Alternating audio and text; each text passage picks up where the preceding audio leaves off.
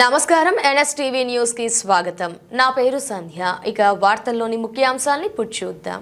కరీంనగర్లోని శ్రీ లక్ష్మీ నరసింహ హాస్పిటల్ నూతన భవనంలో నిర్వహిస్తున్న వైద్య సేవలపై వివాదం నెలకొంది.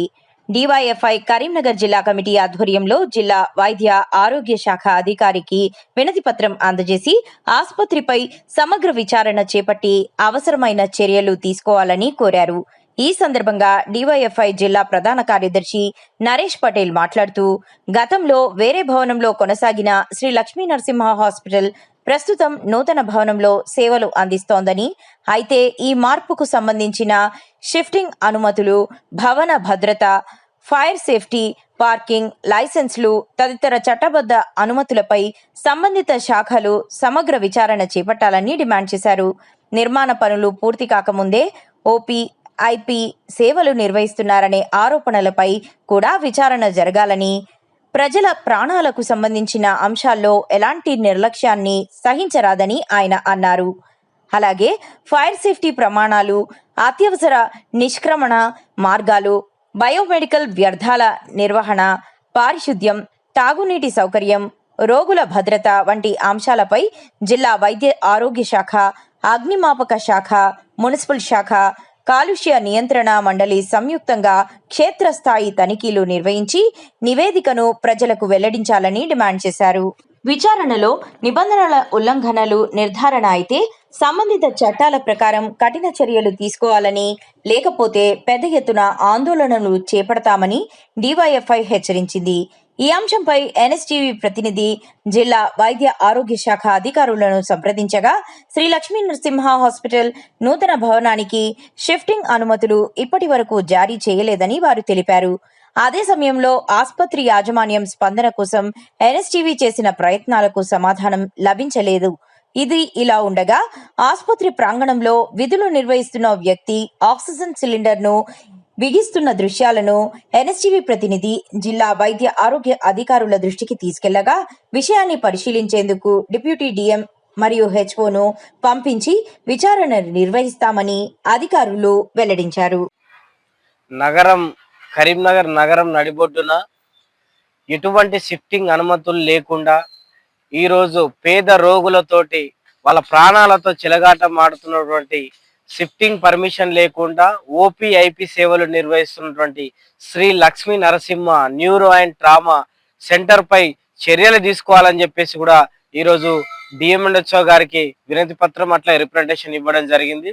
ఈరోజు ఇంత పేద రోగులు వస్తా ఉంటే ఈరోజు ఎటువంటి అనుమతులు లేకుండా హాస్పిటల్ని రన్ చేస్తూ ఈరోజు అక్కడ చిన్న చిన్న వర్కులు జరుగుతున్నా ఇటుకలు ఉసికి అట్లనే ఉన్నా కూడా మీద ఐపీ మెయింటైన్ చేసుకుంటూ ఫైర్ డిపార్ట్మెంట్ ఫైర్ సేఫ్టీ తీసుకోకుండా, మున్సిపల్ ఆఫీస్ నుంచి పర్మిషన్ తీసుకోకుండా, బయోమెడికల్ వేస్ట్ నుంచి పర్మిషన్ తీసుకోకుండా, డిఎంఎన్హెచ్ఓ ప్రభుత్వ జిల్లా వైద్యాధికారి పర్మిషన్ తీసుకోకుండా, ఇవేవి లేకుండా వీటన్నిటిని ప్రభుత్వ నిబంధనలను తుంగలో తొక్కి ఈరోజు తన ఇష్ట రాజ్యంతో తన ప్రజా మొత్తం కూడా పేద రోగులను దోచుకుంటున్నటువంటి ఆ డాక్టర్ ఏవైతే ఉన్నారో జొన్నాల శ్రీనివాస్ పై చర్యలు తీసుకోవాలని చెప్పేసి కూడా ఈ సందర్భంగా డివైఎఫ్ఐ జిల్లా కమిటీ డిమాండ్ చేస్తా ఉన్నది.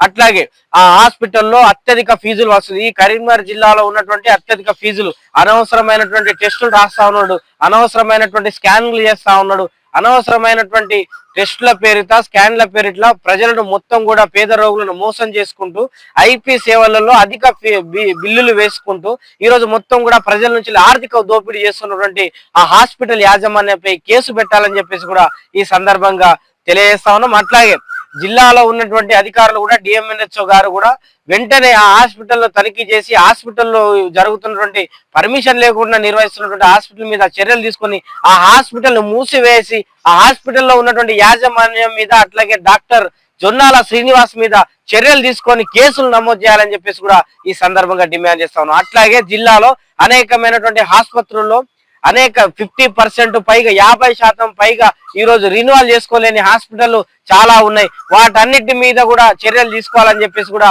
ఈ సందర్భంగా డిమాండ్ చేస్తా ఉన్నాం. నరేష్ పటేల్, డివైఎఫ్ఐ జిల్లా కార్యదర్శి, కరీంనగర్. డిఎంఎన్హెచ్ఓ గారికి వినతి పత్రం ఇచ్చాం. ఇమ్మీడియట్లీ హాస్పిటల్ తనిఖీ చేసి హాస్పిటల్లో నడుస్తున్నటువంటి మా దగ్గర అయితే ఎటువంటి షిఫ్టింగ్ అనుమతులు రాలేవు, ఆ హాస్పిటల్ సంబంధించింది ఎటువంటి షిఫ్టింగ్ అనుమతులు మేము ఇవ్వలేదని చెప్పి చాలా స్పష్టంగా డిఎంహెచ్ఓ గారు చెప్పారు. వారికి రిప్రజెంటేషన్ ఇచ్చినప్పుడు మొత్తం కూడా హాస్పిటల్ మీద తనిఖీలు చేస్తాం, మేము మళ్ళీ ఆ హాస్పిటల్ చర్యలు తీసుకుంటామని చెప్పేసి కూడా వారు హామీ ఇచ్చారు. ఇప్పటి వరకు కూడా 2-3 రోజులు గడుస్తా ఉన్నా కూడా ఇప్పటి వరకు కూడా చర్యలు తీసుకోకుండా ఈరోజు కాలయాపన చేస్తున్నటువంటి ఏవైతే అధికారులు ఉన్నో వారి మీద కూడా చర్యలు తీసుకోవాలని చెప్పేసి కూడా ఈ సందర్భంగా డిమాండ్ చేస్తా ఉన్నాం. నరేష్ పటేల్, డివైఎఫ్ఐ జిల్లా కార్యదర్శి, కరీంనగర్. ఈరోజు మనం కరీంనగర్లో చూసుకున్నట్టయితే మన లక్ష్మీ నరసింహ హాస్పిటల్ కొత్తగా దానికి షిఫ్టింగ్ పర్మిషన్ లేకుండా షిఫ్టింగ్ చేసి అందులో హాస్పిటల్ నిర్వహిస్తూ మరియు సెక్యూరిటీ గార్డు తోటి మన ఆక్సిజన్ సిలిండర్లు ఫిడ్ చేస్తున్నారు. దానికి ఒక స్కిల్డ్ టెక్నీషియన్స్ ఉండాలి.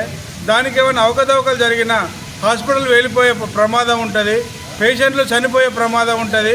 కానీ ఇవన్నీ ఏది దృష్టిలో పెట్టుకోకుండా ఏవి పట్టనట్టుగా హాస్పిటల్ వ్యవహరిస్తుంది.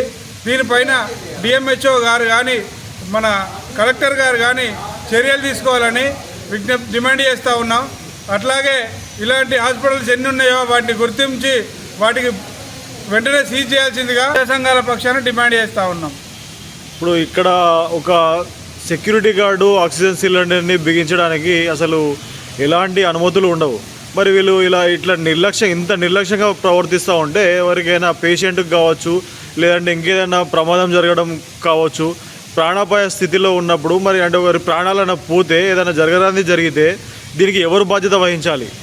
దానికి మన ఆసుపత్రి సిబ్బంది బాధ్యత వహించాలి. వాళ్ళు ఏమంటారంటే ఏదో అనుకోకుండా జరిగిపోయింది, అనుకోకుండా చనిపోయారు, అంతేగాని మేము చేసిన తప్పిదం ఏమి లేదని చెప్పి తప్పిపుచ్చుకుంటారు. అలాగే మన కోటా స్కూల్లో ఒకరోజు అలాగే ఏసీ టెక్నీషియన్ చనిపోతే ఆయనకు అయ్యయ్యో మేము అనుకోకుండా వాళ్ళదే తప్పైందండి, మేమేం చేసింది లేదని చెప్పి వ్యాఖ్యానించారు. ఇది చాలా దారుణమైన విషయం. ఎందుకంటే పనిచేస్తున్న సిబ్బందికి వాళ్ళు కనీస వేతనం ఇవ్వకుండా, సరే వేతనం ఇస్తలేరో తెలియదు కానీ వాళ్ళ ప్రమాదాలను అయితే అసలు అరికట్టడం లేదనేది చాలా దౌర్భాగ్యమైన చర్యగా భావిస్తున్నాం. ఇప్పుడు కరీంనగర్లో ఉన్నటువంటి పరిస్థితులను చూస్తూ ఉంటే ఏ హాస్పిటల్లో ఎవరు చనిపోయినా కూడా ఎవరో ఒకరు వస్తున్నారు, సెటిల్మెంట్ చేస్తున్నారు. ఒకరు పోయిన మనిషి ప్రాణానికి 2 లక్షలు, 3 లక్షలు, 5 లక్షలు అంటూ ఇస్తూ వాటిని సెటిల్మెంట్లు చేస్తూ ఏదీన్ని కూడా పరిగణలోకి తీసుకోకుండా అధికారులు ఎందుకు వదిలేస్తూ ఉన్నారు? అదే అంటున్నాం కదండి, మన అంగట్లో సరుకు అయిపోయింది. పేద ప్రజల ప్రాణాలంటే అంగట్లో సరుకులాగా భావిస్తున్నారు. ఎందుకంటే ఈ పేద ప్రజలను ఎవడు కూడా కొంచెం చేసేటోళ్ళు లేడు. పేద ప్రజలకు ఏం జరిగినా 10 రూపాయలు ఇస్తే వాళ్ళే ఉంటారు కదా, వాళ్ళ బ్రతుకుల మీద హాస్యాస్పదంగా వీళ్ళు వ్యవహరిస్తున్నారు. వీళ్ళని చేస్తే అడిగేటోళ్ళు లేరని చెప్పి యథేచ్ఛగా వ్యవహరిస్తున్నారు. కాబట్టి మేము ప్రజా సంఘాలం ప్రజల కోసమై పోరాడే వల్ల మేము ఉన్నాం. కాబట్టి ఎక్కడ కూడా ఇలాంటి తప్పిదాలు జరగకుండా చూస్తామని ఇట్లాంటి వాటిపైన కలెక్టర్ గారు కానీ డిఎంహెచ్ఓ గారు కానీ అధికారులను పంపించి వెంటనే ఏవేవైతే ఇలా ప్రవర్తిస్తున్నారో వాటిని అన్ని పర్యవేక్షించాలి. ఒక హెల్త్ ఆఫీసర్కు ఒక విజిలెన్స్ కమిటీ ఉండదు. వీళ్ళు యథేచ్ఛగా వాళ్ళ విధులు నిర్వర్తిస్తే ఇలాంటివి జరగవు కదా. పేద ప్రజల కోసమే కదా గవర్నమెంట్ ఉన్నది. కాబట్టి ఇలాంటి మళ్ళా జరగకుండా కలెక్టర్ గారు కానీ డిఎంహెచ్ఓ గారు కానీ చర్యలు తీసుకోవాల్సిందిగా ప్రజా సంఘాల తరఫున డిమాండ్ చేస్తూ ఉన్నాం.